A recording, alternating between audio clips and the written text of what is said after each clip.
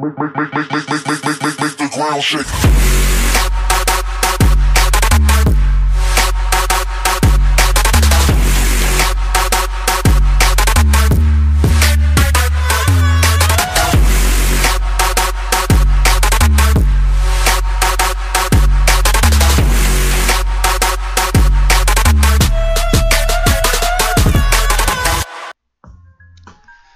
Zdravím vás pri dnešnom takom mini dieli, kde by som vám chcel ukázať taký základný útok pre Town Hall Deviny a Destiny.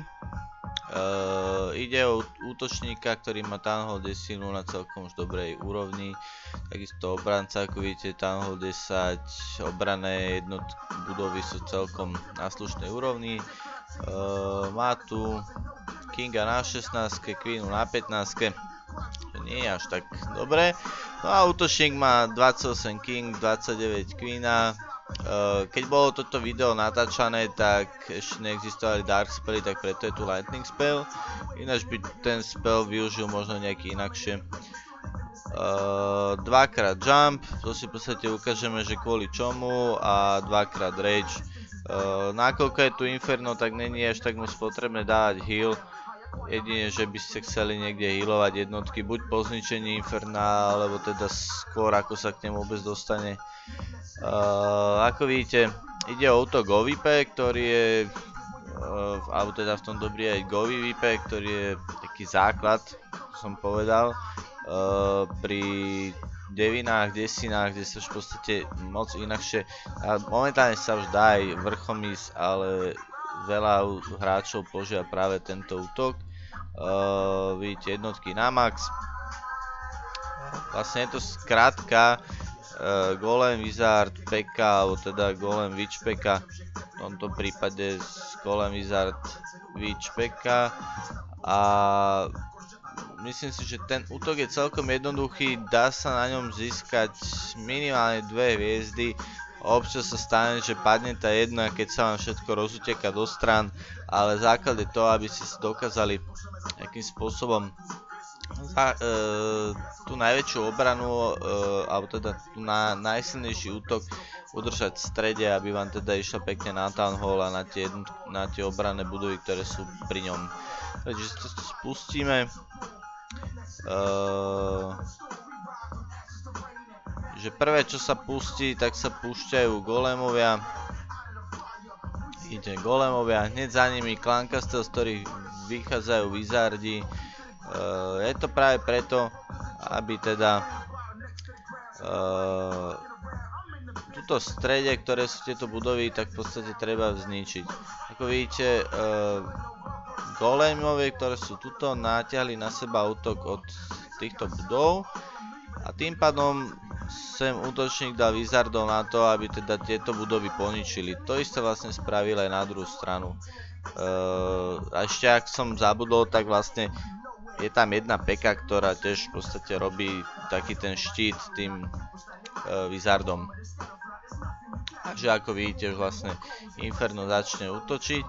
No ale práve preto, že teda útočník stihol vyčistiť dostatočne tento priestor a tento, tak golemovia, ktorí môžeme si to aj ukázať, sa troška, počkať, teraz uvidíte, že sa chceli vrátiť na chvíľu, no tak nič, nie je to tu vidieť, tak sa vlastne rozbehli dopredu, jump spell na to, aby sa dostali do stredu, vlastne všetko za nimi pekne ide do stredu. Ďalší Rage, ktorý pôjde do strede, samozrejme na to, aby zničil čo najskôr Town Hall, čiže vidíte, je jedna hviezda, už má 45% a v podstate nič takého nezmizlo. Dostal sa do stredu, kde poničí pár budov a už má hneď 2 hviezdy. Čiže vidíte, celkom jednoduché 2 hviezdy. Teraz na to, aby dostal vlastne jednotky zo stredu, ktoré by sa museli prestrieľavať cez hradby, má práve ten druhý jump spell.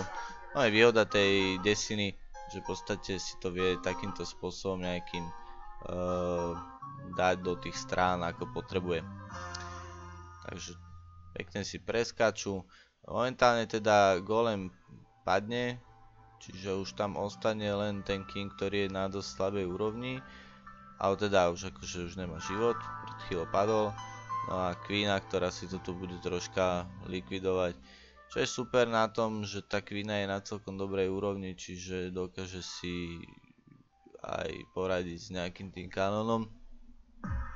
A ako vidíte, momentálne padne Mortar, padne jeden Wizard, no a teraz strieľa po Archer, keď použil krásne abilitku. Veľa ľudí robí tú chybu, že tú abilitku používa hneď niekedy na začiatku. Treba si niekedy počkať na to, keď Queena alebo teda King sa dostane na nižšiu úroveň života. A vlastne týmto si dosť pomohol, že si schoval Queenu a Kanon začal útočiť na niečo iné. Dobre, čiže toto je na dnes prvé video, ešte by som chcel teda jedno, možno dve stihnúť z inej tej sféry. Ďakujem veľmi pekne za všetkých tých odberateľov a tých ľudí, ktorí mi aj píšu, dávajú nejaké tie námety a podobne. A verím, že teda niekomu pomáham so svojou prácou, aj keď to nie je také, že nie som úplný magor, ktorý by non-stop pri tom sedel a robil jedno video za druhým. Máme svoj život, takže myslím si, že veľa z vás to pochopí. A teda určite sa uvidíme pri ďalšom dieli. Make the ground shake.